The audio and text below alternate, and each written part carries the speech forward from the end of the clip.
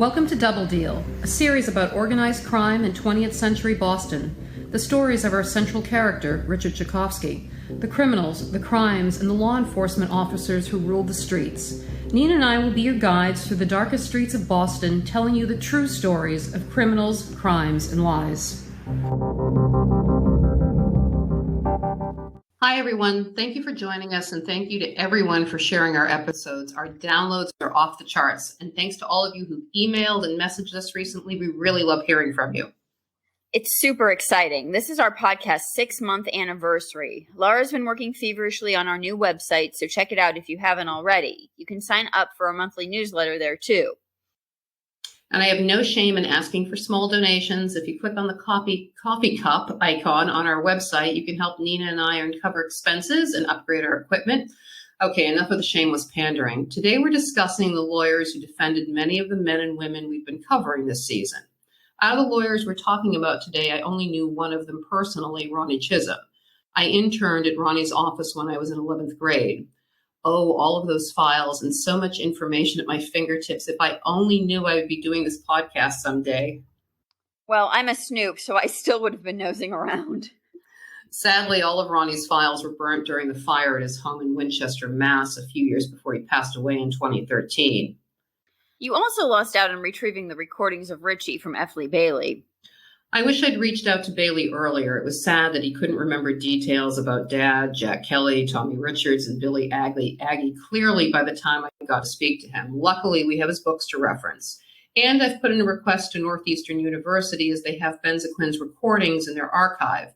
Maybe we can at least get access to the episode that Bailey and Dad were in. Don't hold your breath.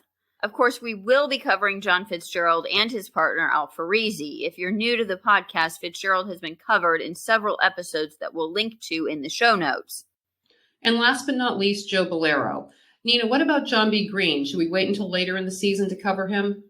Let's wait on John. We introduced him in our episode on the FBI's Boston office called Hoover's All-American Boys Club, but he didn't transition from FBI agent to lawyer until later in the 60s. There's so much to cover about these lawyers, but we're going to limit ourselves to brief summaries of their early lives and the cases and incidents that pertain to the men that we're covering in our podcasts. So, Nina, who do you want to start with? Let's start with F. Lee, the most famous of our attorneys, or infamous, as it were.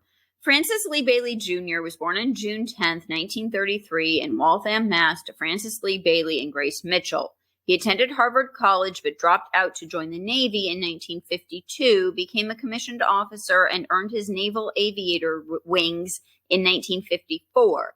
Eventually, he transferred to the Marines. Upon leaving the service, he returned to Harvard and then to BU Law in 1957, even though he didn't have an undergraduate degree. His military service was considered sufficient to enroll. Bailey achieved the highest grade point average in BU's history and graduated number 1 in his class. He would continue to pilot his own plane and helicopter over the years. And not always sober, landing helicopters on cars and other mishaps, but he was brilliant and a great defense attorney. We should remind people here about Richie's past and how he came to know Bailey. Laura's dad, Richie, was arrested on trumped-up charges in 1957. He made a plea deal on his attorney, Joseph Sachs's advice, and ended up serving time in prison. While he was there, he met longtime bank robber Jack Kelley. Once Richie got out, Jack recruited him and some other men that they had met in prison to join him in his bank heists. The crew consisted of Jack and Richie, Roy Appleton, Mello Merlino, and Sonny Diafario. Jack's old friend, Tommy Richards, was also a member of the gang. The 6 men pulled off the Plymouth Mail Robbery in August of 1962. It was the largest cash score in history up to that point. Shortly after that, the feds began to harass the men and their families. Jack had been using John Fitzgerald as his attorney until an unsavory incident at Fitzgerald's office. We'll be telling that story later. But as a result, Jack had to find a new attorney and settled on Bailey. There's a lot more to this story, of course, so if you're new, you'll probably want to go back and catch up on those episodes. The links are in the show notes. The first tale about Bailey I want to tell is the Tchaikovsky affair, as Bailey called it in his book, The Defense Never Rests. In the cast of characters, Dad was listed as the man who the feds wanted to mastermind a kidnapping. In April of 1964, attorney Bob Barton phoned Bailey to tell him that there was a man in their office with a crazy story that he believed. A few hours later, Dad was regaling Bailey with his tale. Dad told Bailey that some narc agents gave his name to the postal inspectors and that the postals wanted Dad to kidnap Tommy Richards, beat the shit out of him, and get him to tell where the Plymouth Mail Robbery loot was stashed. Bailey proceeded to ask how that would help the postals, and why would guys ruthless enough to make Tommy talk give the money to the postals? Richie had been an FBI confidential informant for about 2 years at that point. He'd been picked up by Special Agent H. Paul Rico while he was running machine guns for the McLaughlins. Rico gave him a choice that wasn't really a choice, report to him or life in prison. Richie, though, had ignored the confidential part of Rico's deal. He went straight to Jack and confessed all. A huge risk for Richie, but a bigger risk for Jack by continuing to use Richie and his crew. But Jack figured that they could use the connection to Rico to their advantage against their competition and enemies. And with Richie on the inside, so to speak, Jack would have a better idea of what the feds suspected about the Plymouth Mail robbery. Richie had to feed information and give up other criminals to Rico in exchange for his freedom, but Rico was only interested in Richie's drugs and weapons dealings with Ralphie LaMattina and the McLaughlins. He had no idea that Richie had graduated to armed robbery and was a protege of Jack Kelley's at that point. On September 8, 1962, Dad and 2 other men were arrested in the parking lot of the Wellington Circle Shopping Center in Medford, Mass. Dad's cohorts had tried to negotiate the sale of a kilo of heroin valued at $16,000 to undercover agents posing as narcotics buyers. It was part of a sting operation Dad had been working on since getting picked up by Rico several months earlier. A few weeks later, attorney Joseph Sachs was arrested as a member of a multi-million-dollar international narcotics ring. As I mentioned earlier, Sachs had been Richie's defense attorney when he was falsely accused of participating in the DeSisto home invasion in 1957. The authorities alleged that Sachs and one of his longtime clients had acted as brokers who not only got wholesale outlets for the narcotics, but also took part in the actual importation of the drugs from France to Canada and then into the U.S. At one time, the gang had employed the Guatemalan ambassador to Belgium as a courier.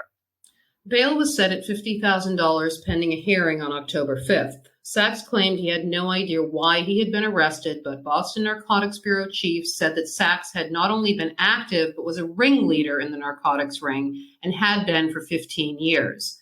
At the bail reduction hearing the following day, Sachs's attorney, Paul T. Smith, argued that Sachs was penniless and that even if Sachs had wanted to skip town, he had nowhere to go. The judge agreed to have the bail if Sachs surrendered his passport. Sachs agreed and was freed.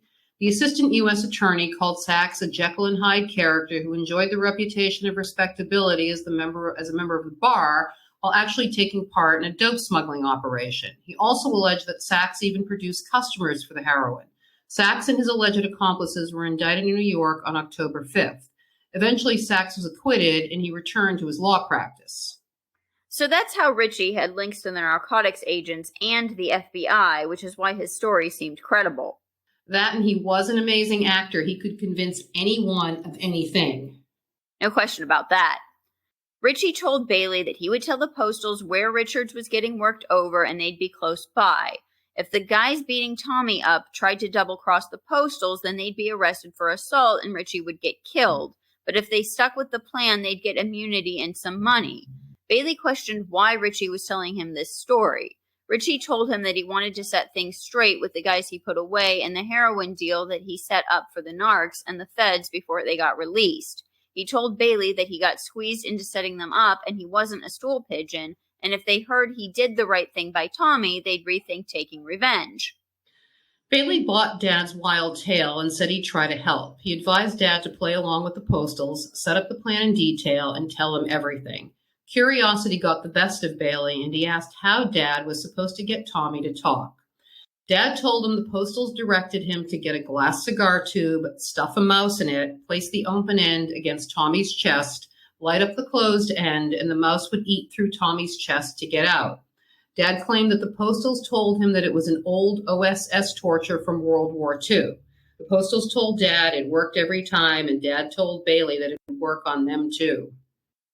I'm sure Richie could have gotten the information from multiple people, but I like to imagine that it was from Jack, who was working for the OSS in the war. My fantasy, too. The following day, Bailey recorded Richie's story while Bob Barton questioned him. For roughly a week, Bailey met with Richie, guiding him through what to say to the Postals. Bailey didn't want to wire Richie up, as he had told Bailey that they frisked him at each meeting, and after the whole Billy Aggie fiasco, the Postals were paranoid. Richie supposedly asked the Postals for a $5,000 down payment at Bailey's suggestion, but they didn't come up with the money. At last, Richie was supposed to meet a senior postal inspector in the parking lot of the Faulkner Hospital. During that meeting, the Postals promised Richie the money the following week, but they ended up cutting off contact with Richie instead. Bailey decided to rely on his favorite mode of pestering the authorities and went on the Paul Benzequin radio show with Richie to tell the tale. Although it didn't have as big an impact as the Billy Aggie radio appearance, it did send the Postals into hiding for a bit. But that didn't stop the Postals from adding Richie to their list of mail robbery suspects. Well, we've both seen the FBI 302s, and Dad was already under surveillance by the Postals before making his radio debut, proclaiming himself a double agent for the Feds and the Postals. According to Dad's version of the story and what was reported in the 302s, Dad concocted the Tommy kidnapping story and ran it by Jack. Jack agreed and did what he did best, perform like the actor he was. He had actually met Bailey back in early '63 when Jack retained Bailey, and Dad thought he'd be the perfect tool for Jack and Dad's harassment campaign against the Postals. Bailey bought it hook, line, and sinker, and in the end was nearly disbarred for that escapade, among other things. So I'd say with the utmost confidence that Dad's story that he sold Bailey was just another one of his wild schemes. I'm sure that Bailey was more than aware of the probability that it was all a lie, but went with it anyway. He was a willing participant in other escapades with Jack Kelley. For example, in 1963, when Bailey decided to take his new bride on a trip to Canada. One of the theories that the Postals had was that the Plymouth Mail heist money was hidden up there. Bailey rang up Jack and told him that he had a plan. Jack agreed and met Bailey at the Beverly Airport. He backed his car up to the cargo door of Bailey's plane and loaded a large cardboard box onto it. Jack made sure that the postal inspectors who were tailing him had a clear view of their movements. Bailey deliberately neglected to file a flight plan. He flew low over the water so the radar couldn't track them flying up the coast of Maine, then northwest over Vermont. Halfway to Montreal, the control tower began calling out the number of his Cessna, and that's when he knew that the Postals had taken the bait. When he landed, Customs had no interest in his luggage, but Bailey told them that he had left a box on the locked plane. Like any good secret agent, Bailey had also added a strip of tape to the seam of the door so he'd be able to determine if anyone had tampered with the plane and gotten inside while he was gone. The next day, when he returned to the plane, it was still locked, but the tape was no longer intact. Bailey claimed this was one of a dozen hoaxes they pulled on the Postals. We'll cover the lawsuits and arrest of the Postals in our episode Mutual Harassment in a few weeks. The most publicized mail robbery investigation fiasco was Billy Aggie's double agent gig. After Bailey took on Jack Kelley along with his fellow suspect Joe Tripoli, he arranged for them to take lie detector tests. Even though Jack had previously refused to take polygraphs administered by the Feds, he was now willing to take one if it was impartially administered. If you want to hear more about the beginning of the investigation of the Plymouth Mail robbery, listen to episode 17. The link for that is in the show notes. On December 14, 1962, they met to administer the poly. Joe Tripoli went first, but the place was so crowded with reporters wanting to catch the breaking story that they couldn't get an accurate read. Bailey declared the test inconclusive and said that they would try again the following day. They met in a suite at the Parker House Hotel. As they were wiring Tripoli for the retest, Tommy Richards walked in. This was a little over a month after his home had been torn apart by the authorities while they were looking for the mail heist loot. Tommy stated that he also wanted Bailey to be his lawyer. In the meantime, Billy Aggie had called Effley's office and been told where to find the others. He walked in just after Joe was finishing his test, which came back clean. He knew nothing. Then Bailey told the other three that they should wait to see if the Postals would agree to the independent polygraph before they went through with it. But he did ask that they all take a mini-test about any conflicts of interest between them since they all wanted him to represent them against the Postals. Of course, Red and Tommy beat the test. They had nothing against one another, but Billy flunked. Jack and the others went to Bailey's office nearly every day for the next 2 weeks. By the end of the month, Bailey said he approached Jack and asked him straight out, "Do you think Billy might be a spy for the Postals?" "Anything's possible," Jack replied, "but it seems funny they'd put him on the flyer if he really wasn't a suspect." "That could just be a cover," Bailey said. "Billy flunked the lie test cold." "You didn't tell me that before," Jack said. "You mean the bastard's against us?" "Could be," Bailey replied. "But if he is, we might be able to work it to our advantage. Let's try something." Of course, Jack already knew all of this, but wasn't going to let Bailey know how and why or how long he had been plotting to turn the tables on Billy and the Postals. Bailey reassembled the full group. "Gentlemen," he said, "I want all of you to be extremely careful not to get so provoked at these post office clowns that you get into any physical fights with them. That would be very bad. They carry guns and you might get hurt. I am going to give each of you a cheap and very simple camera. Anytime you see a postal inspector near you, take his picture and keep snapping until he leaves. This may give you some peace and give us enough evidence to get an injunction against these sons of bitches. Just bring all the film to me. I repeat, do not get provoked into fights. Any of you could get shot at any time." Bailey turned to Billy. "Especially you." "What do you mean?" Billy said. "Why me?" Bailey pulled out a copy of the poster that offered a $50,000 reward for the arrest and conviction of the robbers. Bailey told Billy, "There's a phrase in this reward offer that provides that any robber who is killed while resisting arrest will be deemed convicted for the purposes of the reward. In other words, the easiest way to get the money is to kill you. This cuts out waiting for the trial or risking the possibility of acquittal. You, Billy, are especially a likely target. You have a record for armed robbery and have carried a gun in the past. So whereas the others are not considered dangerous, you are. Anyone could gun you down and then claim that they shot you when you were about to shoot the him." The next morning, Billy was waiting at the door when Bailey arrived at his office and confessed everything. "I've got something to tell you," he said to Bailey. "I've been working with the postal people, steering them on Tommy and Kelley and Tripp and some other guys. They've been paying me every week, $75, and they said I'd get a big reward if anything broke." Billy unbuttoned his jacket, loosened his tie, and began. "A few days after the robbery," he said, "some postal inspectors came to me and said I could help them. They said I was a convicted bank robber and probably could give them some good leads about who might have done the Plymouth job. I told them I wasn't interested in being an informer even if I knew something, which I didn't. They told me that they could go to my parole board and get me violated, so I would have to go back in the can. But if I cooperated, I could get some cash, maybe a whole lot of it. All I had to do was give them some names." "I didn't want to go back to the can, so I agreed. I'd figured I'd give them some bullshit, and when they didn't get nowhere, they'd leave me alone. They asked me to take a lie detector test so they'd know I wasn't involved myself. I took it, and they said I passed and gave me $50. Then they asked me if John Kelley's might have been in on the job. I said, sure, he could have done it. He's smart. So they asked me if Kelley knew anyone who didn't have a record and could hold the money without being suspected. And I had once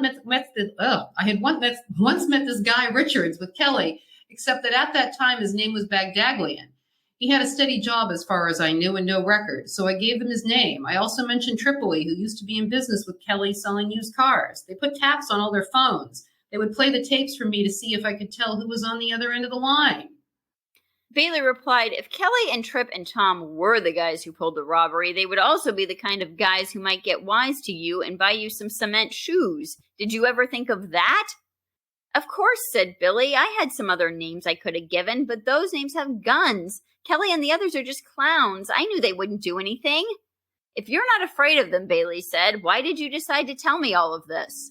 "It's the goddamn poster," Billy said. "I could get shot in the face on account of that thing. The Postals are so goddamn stupid. You have no idea how stupid they are. You know, one time they told me they didn't know anything about robbery cases, and I was running this investigation because I was an expert. How do you like that? Me, the expert of the investigation." "Billy," Bailey said, "you have done your friends a grave injustice. I think you should do all you can to repair the damage." "Sure," said Billy. "What do you want me to do?" Bailey replied, "You have spied on us, and that was a grave transgression. I think the only fair way that you can repair the damage you've done is to do a little counter-spying." Billy asked, "You mean I should keep working for the Postals, but really working for you, right?" Exactly, said Bailey. Billy agreed, saying the Postals would never catch on. They're too goddamn stupid. And he was right. Bailey hooked Billy up with a wire of his own and sent him to see Postal Inspector Wheeler, who was living next door to him. Billy's mission this time was to get Wheeler to repeat the story about the $100,000 reward for Tommy's head and other extrajudicial activities the Postals had been involved in over the course of their so-called investigation. Billy had the intel Bailey needed within 5 conversations. In addition, Bailey told Billy that he wanted the money Billy was getting every week from the Postals. I'll give you dollar for dollar, but I want what you get. Billy agreed, and they shook on it. On December 28th, Bailey, Jack, Tommy, and Tripoli went on the radio, and the following evening on TV. Bailey laid out the charges against the authorities, putting them on the defense. They each stated that the government had offered them $250,000 for identifying the holdup gang. The authorities denied this allegation, saying that the only offer on the table was for up to $200,000 and was open to anyone who supplied information. We'll get more into what happened to Billy Aggie in episode 36. Bailey would go on to defend Jack and his co-defendants in their 1967 trial for the Plymouth Mail Robbery, but you'll have to wait until June for that episode. The next attorney on our list is a former associate of Bailey's, Joseph Balliro Sr. Joe Balliro was born on May 21st, 1928, and grew up in Chelsea, where his father, James, owned a grocery store. He was the oldest child and the only boy with 5 younger sisters. Joe decided in high school that he wanted to be a criminal lawyer, taking his inspiration from Perry Mason. While working in his family's grocery store, he attended Boston University's law school's night program. In 1950, he started out as a public defender, earning $1,800 a year. During his 3 years as a public defender, he worked on 3,000 cases. Through his experience as a public defender, he honed his skills in representing people accused of murder. In his 5-decade-long career, he represented over 500 clients who faced murder trials. His nickname was the Dean of the Defense Bar. One of Ballero's most famous clients was Henry Tamilio during the 1968 Willie Maffeo murder trial. Ballero's daughter, Julianne, would go on to represent the Tamilio estate and the Lamoni family in their wrongful conviction civil suit against the government in the Teddy Deegan murder case. Only a few more weeks until Teddy Deegan's first episode. Joe's cousins, Rocco and Salvatore Ballero, were on the opposite side of the law, and Joe would find himself defending his cousins in a murder trial of their own. In February of 1963, Rocco and his twin brother, Salvatore, were arrested on murder charges, and their 2 brothers, Frank and Joseph, not the attorney, were taken into protective custody. The authorities said that 3 hitmen from New York with ties to Elmer Trigger Burke were in Boston to kill the Ballero brothers in retaliation for the killing of Mrs. Toby Wagner and her 2-year-old son. Elmer was the hitman who had allegedly been brought in to kill Specky O'Keefe, but failed. However, it did get Specky in the hands of the Fed, so I guess it worked out for somebody. Here's the twist in that case. Rocco Ballero had been living with Toby and her 2 young children since the beginning of 1962. Her husband was in the can for armed robbery. By November, Rocco was also in the can for stealing furs. Toby went to visit Rocco and smuggled in hacksaw blades to help him escape. In January of 1963, Rocco managed to saw through the bars and make his way to the Chelsea apartment that Toby had rented for them. But on February 1st, Toby's husband, Bernard Wagner, was released from prison. When she didn't return home as usual, Rocco went looking for her. During his search, Rocco came across Bernard. They argued, and when Bernard and his friend tried to leave, Rocco shot at his car. Rocco believed that Toby was being held against her will. He called their apartment, and she was there and told her to wait for him. Little did he know she had called the police. When he, Salvatore, and a 3rd man, Albert Ciacco, arrived, a gunfight ensued. In the crossfire, Toby and her son were killed. In the aftermath, Joe Balliro took his cousin Salvatore's case. Joseph convinced Rocco to take a plea agreement, a decision he would later say he regretted. Rocco pleaded guilty to murder and Salvatore and Albert to manslaughter. In 2002, Rocco appealed his case, saying he didn't plead out of his own free will, but rather under pressure from his family. Joe Balliro confirmed Rocco's statement and stated that it was a mistake, as if he hadn't taken the plea, he would have been paroled by then. Rocco passed away in January 2012. Let that be a lesson. Don't plead out. Amen to that. Joe Balliro's clients included the Angiulo brothers. In December of 1964, when all six of them appeared in front of a grand jury in the tax case involving one of Jerry Angiulo's companies, Huntington Realty Trust. And Jerry was hamming it up for the cameras, fixing his tie and asking the journalist to say something to make him smile. But he went stone-faced when he thought someone might be recording him. Once he was assured that there was no sound, he went back to saying cheese and posing for them. What was it with him in the recordings? Meanwhile, he was on tape every day, either at his office or Raymond's. And don't forget his obsession with people with hearing aids. He thought everyone was listening, but little did he know they were. What a moron, the crime czar of Boston. And even after the first wiretap, he still didn't learn his lesson and ended up yapping into a second wiretap in the 80s. In December of 1966, Joe Balliro defended William Breen, a former police officer. Breen had been charged with armed robbery of the Essex County Bank in Lynn. The robbery netted $49,953. Breen pleaded guilty to charges of planning the heist for two Canadian nationals. Originally, Richie and Pro Lerner had been suspects in that robbery. The following April, Joe took on Frank Oredo as a client. He was charged in the gangland slaying of Joseph Lanzi. We'll be covering that murder and others in the hit parade of 1967 later this season. And as we mentioned earlier, Joe would go on to defend Henry Tamilio in the Willie Maffeo trial, which we covered briefly in The Hill Part 2. We'll be revisiting it again in more detail in the future. During the Plymouth Mail Robbery trial of 1967, Joe represented Sonny Diaferio's wife, Patricia. The trial will also have its own episode. Joe was juggling multiple cases at the same time. He was also in court defending Jerry Angiulo's co-defendants against murder charges. If you want to hear more about that case, listen to episode 23. Just like in Henry Tamilio's case, the star witness was Joe Barboza, the king of perjury himself. My favorite quote of Joe Balliro's is, "Law is a 24-hour-a-day proposition. You just never get away from it." Joe's clients and his cases will also be featured in Season 2. Let's move on to Ronnie Chisholm. Like Bailey and Balliro, he too shared many of the same clients, including Jerry Angiulo. Also like Balliro, Ronnie started out as a public defender after graduating from Suffolk Law in 1958 in the top 10 of his class. His first clients ranged from arsonists to thieves and participants in Russian roulette. While still a public defender, he began teaching law at Portia Law School and would later go on to teach at his alma mater. In 1964, he was appointed as the assistant to the head of the Massachusetts Defenders Committee. Ronnie would remain at the PD office until 1967. During that time, he defended over 4,000 people, 100 of those in front of the Supreme Judicial Court.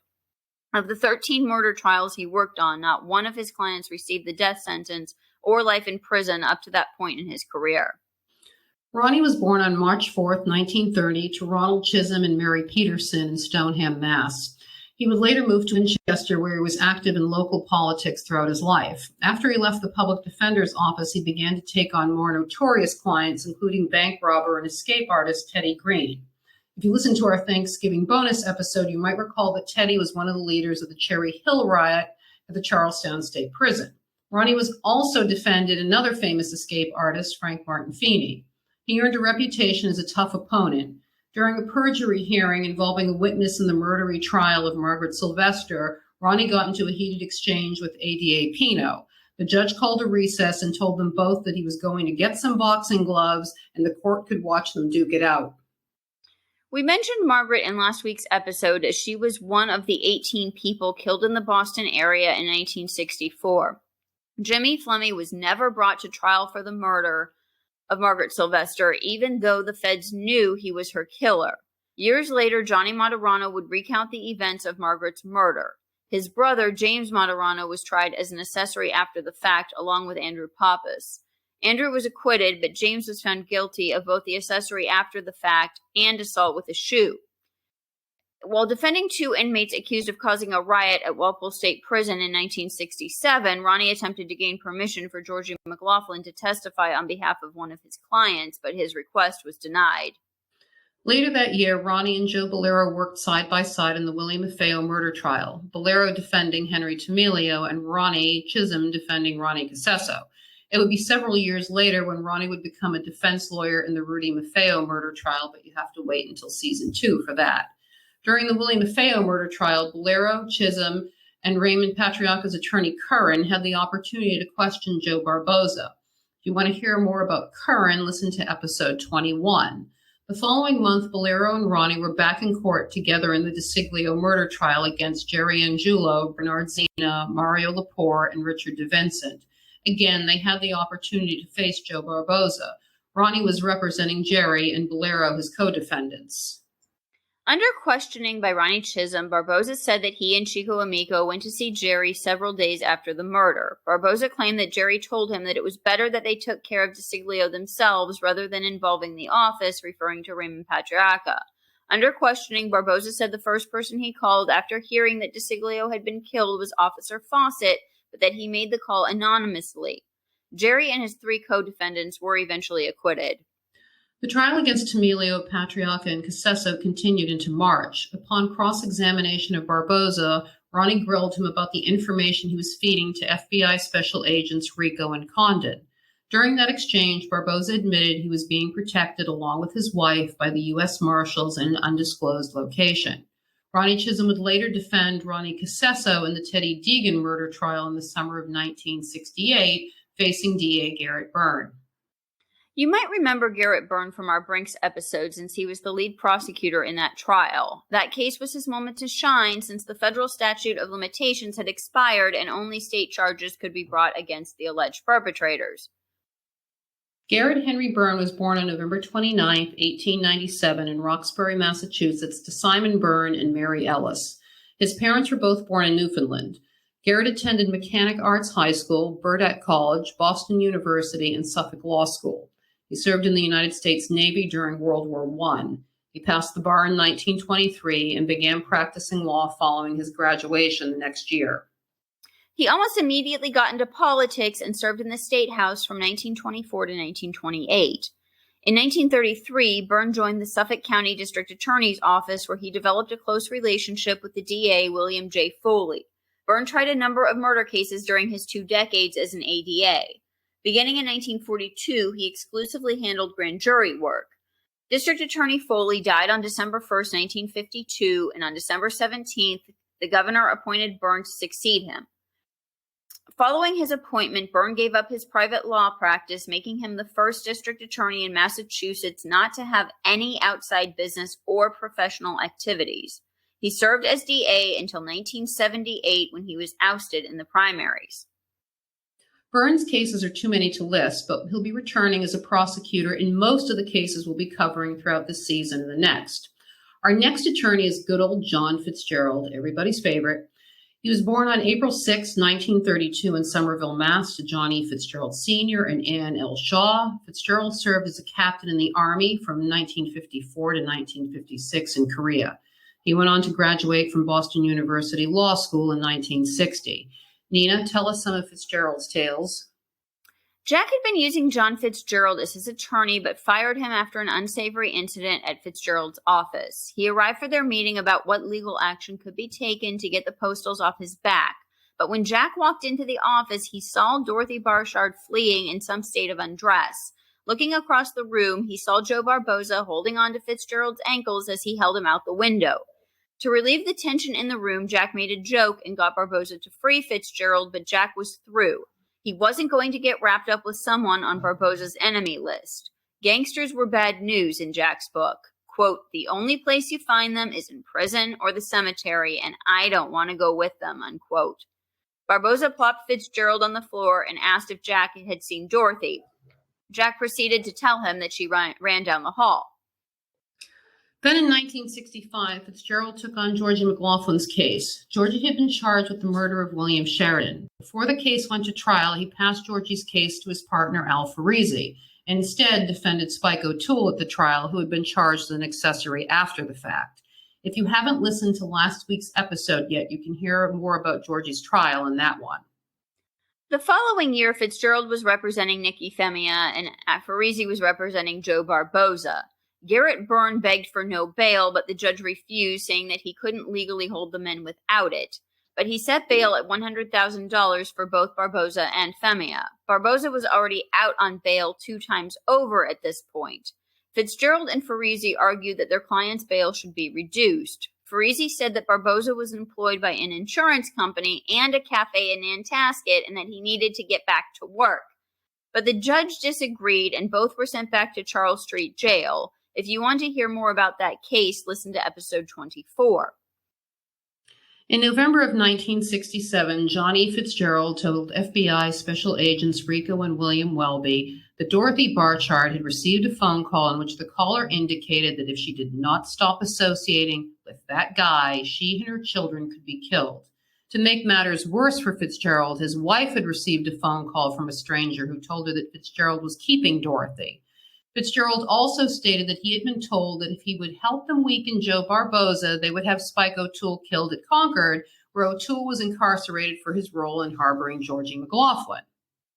The feds asked Fitzgerald who had threatened him, but he refused to reveal the person's name. However, he informed them that he had given the identity of this party to Jimmy O'Toole, and he will probably be in trouble when O'Toole comes out of jail. Fitzgerald also told the feds that when he was checking around as to who had made the telephone calls to his wife and to Dorothy, the office, meaning the mafia, had tried to lead him to believe that it was O'Toole's friends, but that he had checked with O'Toole and O'Toole had told him that it wasn't him. And then Fitzgerald tried to blame his partner, Al Farese, for his troubles, all but accusing Al of ratting to the mob. More on Al in a moment. At 5:15 p.m. on Tuesday, January 30th, 1968, Fitzgerald left work and walked about a block behind the law office that he shared with Farese and Everett to where he'd parked Barboza's black and gold James Bond-style car. He started the car up before he'd closed the door all of the way. This fact saved his life. His body was torn by the explosives force of 3 sticks of dynamite, each 15 inches long and weighing 6 pounds, which had been inserted with a coil next to the firewall behind the engine. Shrapnel from the bomb hit surrounding homes, and a chunk of the car was hurled into the wall of the Church of the Immaculate Conception. An explosives expert said it had only taken about 30 seconds to install the bomb. The burglar alarm in the car had been disengaged. Fitzgerald, who was conscious from the time of the explosion until he was put under anesthesia, demanded that Special Agents Rico and Condon come to see him. The theory has always been that the mob was behind the bombing in an effort to scare Barboza and keep him quiet because that's what the feds and Fitzgerald claimed. But the man was keeping Dorothy Barchard and driving Barboza's car, and Barboza was stuck out in protective custody like a caged animal. Frankie Salemi later alleged that Fitzgerald was also running Joe Barboza's loan shark operation out of his law office in Everett. And of all Salemi's claims, that seems to be a more credible one. 3 strikes and you're out. But who actually planted the bomb for Joe Barboza is still a mystery. It wasn't Salemi and Stevie Flemmi, though, I can tell you that. Even though Salemi was later convicted and did 12 years for it. It was done by a professional who really meant to kill Fitzgerald, not just scare him. The claim that the caller offered to bump off Spike O'Toole is what drives it home for me, that it was about Dorothy and not about pressuring Barboza not to testify. Special Agents Rico and Condon contacted Fitzgerald at Mass General Hospital, where Fitzgerald was recovering from injuries sustained in the car bombing. Fitzgerald said he had come in contact with many criminals whom he believed were all now his enemies. Fitzgerald told the agents that he was going to write a letter to Barboza telling him that because he lost his leg in the bombing, Barboza should turn on these people and provide testimony that would send them all to jail. Rico told Fitzgerald that he would prefer that Barboza testify about whatever he could without Barboza being pressured into testifying against specific individuals. What? Bullshit. They should have said only if it's the ones that the feds wanted him to testify against. Rico said in his report, if we feel at a later date that Byrne is holding out, we then may ask Fitzgerald's assistance, but we do not want Byrne to be motivated by revenge. Fitzgerald would relocate to South Dakota with his family and go on to become a judge, but his partner, Al Farese, stayed behind. Alfred P. Farizi was born on January 9, 1914, to Antonio Farese and Adeline Biaggi in South River, New Jersey. By the 1920s, the family had moved to Saugus, Massachusetts. He attended Boston College High School before going to University of Alabama, followed by Alabama Law School. In his decades-long career, he defended 300 men accused of murder, including Georgie McLaughlin and Joe Barboza. His most famous trait was his memory, which he used to confuse those he was cross-examining. And he was, of course, John Fitzgerald's partner in their law practice in Everett. In 1972, his workload had made him the bane of the bench, as he was juggling 89 defendants at one time. Like Ronnie Chisholm, he was also involved in local politics. Farizi's career had a bit of a bumpy start. He was cited for contempt in 1953. According to Ruth Peel, the wife of the man he was defending on armed robbery charges, Farizi approached her in the hallway of the courthouse and told her that her husband would be in danger of being stabbed in prison if he insisted on testifying. The judge sentenced Farizi to a year in prison, but after a year-long appeal, Farizi was cleared of all charges. In addition to Barboza, Georgie, and Nicky Femia, his client list included Roy French, who we'll be discussing in the Teddy Deegan episodes. Following the bombing of Fitzgerald, Farizi said he lived in fear for years. There will be more to come about these lawyers, but for now, we're bidding you farewell. Sorry, guys, if there's noise in the background. The dog is running crazy, and I apologize. Next week, we're going to Winter Hill. We'll be reprising Jimmy and Stevie Flemmi and their cohorts, Johnny Materano, Frank Salemi, and Howie Winter. Hope you listen in. Bye. Bye.